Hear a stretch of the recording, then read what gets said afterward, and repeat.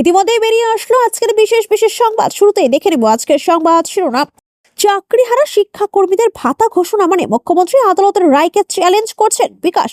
দেউচা পাচামি নিয়ে রাজ্য সরকারের কাছে 3 সপ্তাহের মধ্যে হলফনামা চাইল হাইকোর্ট।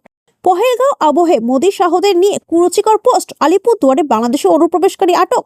বাগদায় অভিষেক ব্যানার্জির নাম করে লক্ষাধিক টাকা তোলার অভিযোগ। গ্রেফতার ভুয়ো দাবারু।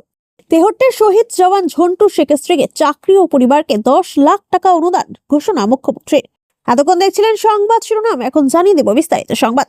চাকরিহারা শিক্ষাকর্মীদের জন্য মাসিক ভাতা ঘোষণা করেছেন মুখ্যমন্ত্রী মমতা বন্দ্যোপাধ্যায়। সরকারের এই হলো সিদ্ধান্ত আসলে এক প্রকার আদালত অবমাননাই বটে বললেন আইনজীবী তথা সিপিআইএম নেতা বিকাশ রঞ্জন ভট্টাচার্য। তিনি বলেন, সরকারের পয়সায় যে কেউ রিভিউ ফাইল করতে পারেন, আর তিনি যে ভাতা দেওয়ার কথা বলেছেন এটা এক ধরনের আদালত অবমাননা। রায়কে চ্যালেঞ্জ করা। আসছি পরবর্তী সংবাদে। বীরভূমের দেউচা পাচামি নিয়ে রাজ্য সরকারকে 3 সপ্তাহের মধ্যে হলফনামা দিতে বলল কলকাতা হাইকোর্ট। জোর করে আদিবাসীদের সরিয়ে দেওয়ার অভিযোগে মামলা হয়েছিল এবং দেউচার খননকে অবৈধ বলেও দাবি করা হয়েছিল। সেই মামলায় 3 সপ্তাহের মধ্যে হলফনামা দিতে বলা হয়েছে। প্রধান বিচারপতি টি.এস. শিব জ্ঞানমের নেতৃত্বাধীন ডিভিশন বেঞ্চ এই হলফনামা চেয়েছে রাজ্যের কাছে। ইতিমধ্যেই শুরু হয়েছে বীরভূমের সেই খনিক প্রকল্পের কাজ।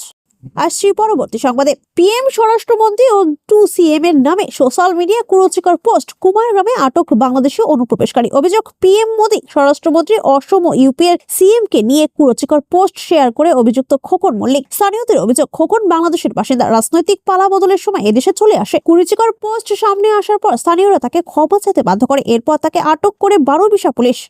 আসছি পরবর্তী সংবাদে। ডায়মন্ড হারবারের সাংসদ অভিষেক ব্যানার্জির নাম করে টাকা তোলার অভিযোগে বাগদায় গ্রেফতার এক ব্যক্তি। ওই ব্যক্তি জাতীয় স্তরের দাবারু বলে নিজেকে ওই এলাকায় পরিচিত করেছিলেন বলে অভিযোগ। ধৃত ওই ব্যক্তির নাম প্রকাশ রায়। ওই এলাকার বিডিও সহ অন্যান্য টিএমসি নেতার কাছে এই বিষয়ে বলে টাকা চাওয়া হয়েছিল। এদিনই তাকে বনগাঁ মহকুমা আদালতে তোলা হয়। নিজেদের হেফাজতে নিয়ে ধৃতকে জেরা করবে পুলিশ। আসছি পরবর্তী সংবাদে। উধমপুরের জঙ্গিদের গুলিতে নিহত তেহট্টের জওয়ান ঝন্টু শেখের স্ত্রীকে চাকরি দিচ্ছে রাজ্য সরকার। সঙ্গে পরিবারকে 10 লাখ টাকা আর্থিক সাহায্যের ঘোষণা করলেন মুখ্যমন্ত্রী মমতা ব্যানার্জি। নিহত জওয়ানের স্ত্রীর সঙ্গে ফোনে কথাও বলেছেন মুখ্যমন্ত্রী মমতা ব্যানার্জি। কাশ্মীরের পহেলগাঁওতে জঙ্গি হামলায় নিহত বাংলা 3 জনকে পরিবারের এককালীন 10 লাখ টাকা করে সাহায্য দেওয়ার ঘোষণা মুখ্যমন্ত্রী মমতা ব্যানার্জির।